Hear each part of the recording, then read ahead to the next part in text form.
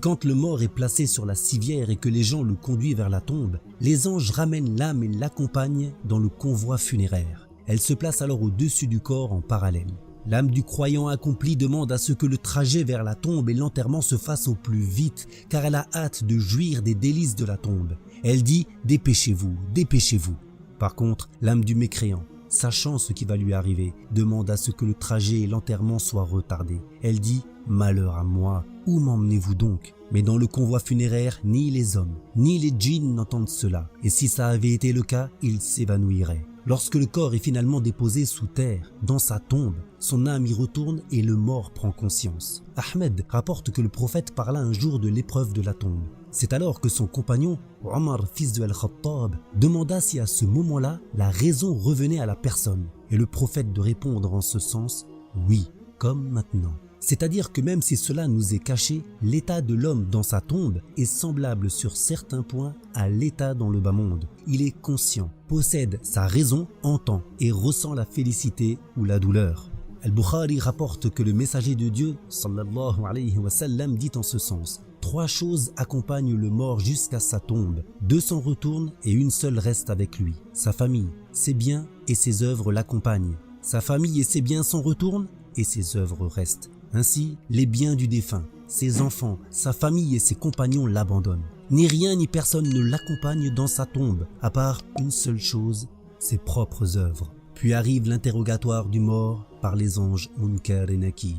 Cet interrogatoire sera dans la langue du mort afin qu'il puisse comprendre et répondre. Certains ont précisé que le plus probable est que les 2 anges Munkar et Nakir sont en fait 2 groupes d'anges très nombreux. La multitude d'anges du premier groupe s'appelle Munkar et celle du second s'appelle Nakir.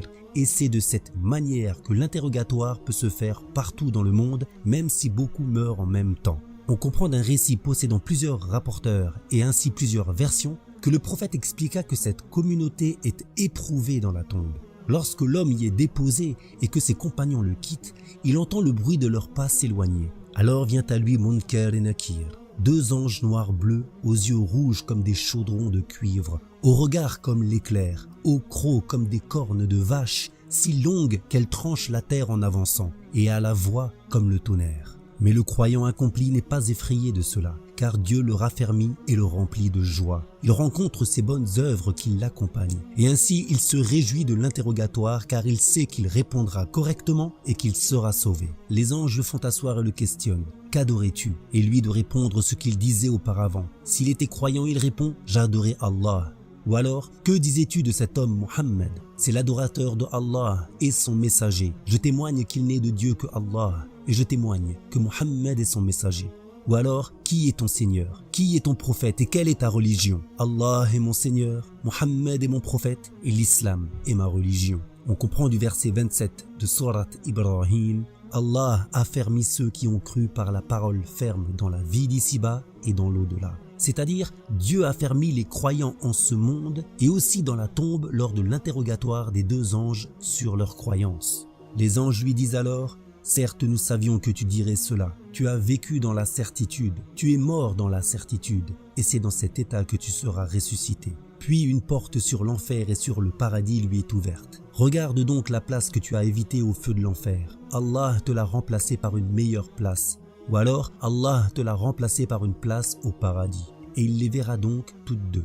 Puis sa tombe s'élargit pour lui de 70 coudées sur 70. Elle se remplit de verdure et s'illumine pour lui. Puis on lui dit: dors. Alors il dormira du sommeil du nouveau marié qui ne sera réveillé que par l'être le plus cher de sa famille, jusqu'à ce que Dieu le ressuscite de cette couche-là. Quant au mécréant ou à l'hypocrite, il sera terrorisé. Il aura si peur qu'il n'arrivera pas à mentir sur son état. Aux questions « qu'adorais-tu » ou « qui est ton Seigneur » ? « qui est ton prophète et quelle est ta religion ?» il répond « je ne sais pas ». À la question « que disais-tu de cet homme Mohammed ?» il répond « je répétais ce que les gens disaient ». On lui dit alors « tu n'as rien su et tu n'as rien attesté ». Puis il reçoit un énorme coup entre les 2 oreilles au niveau de la nuque, avec une masse de fer si lourde qu'un peuple entier serait incapable de la porter, et sous laquelle une montagne entière se pulvériserait. Il pousse alors un hurlement effroyable que tous les animaux aux alentours entendent. Sa place dans le feu de l'enfer lui est exposée chaque jour 2 fois, une fois au début du jour et une fois à sa fin. Il lui est aussi montré la place au paradis qu'il n'occupera pas, afin que son regret s'intensifie et que sa tristesse s'empire. Sa tombe se resserre ensuite sur lui jusqu'à ce que ses côtes s'entremêlent. Celle de droite entre dans celle de gauche et vice-versa. On comprend du verset 46 de Sourate Ghafir, le feu leur est exposé matin et soir. Et le jour où l'heure se dressera, introduisez les adeptes de Pharaon au plus dur châtiment. C'est-à-dire, matin et soir dans la tombe, le feu de l'enfer est exposé aux mécréants comme Pharaon. Et quand arrivera le jour du jugement, ils y entreront pour le plus atroce des châtiments et y resteront éternellement. Al-Bukhari rapporte que le prophète dit en ce sens « Protégez-vous par Allah du châtiment de la tombe ». Ainsi, comme nous l'avons vu, cet interrogatoire est spécifique à cette époque et il a lieu pour les croyants et les mécréants de la communauté de l'appel, appelée en arabe Ummatud Da'wa, c'est-à-dire ceux à qui le dernier prophète fut envoyé. Mais en sont exemptés les prophètes en raison de leur honneur, certains martyrs, comme ceux dont l'âme monte immédiatement au paradis après la mort, et les enfants non pubères car ils ne sont pas responsables.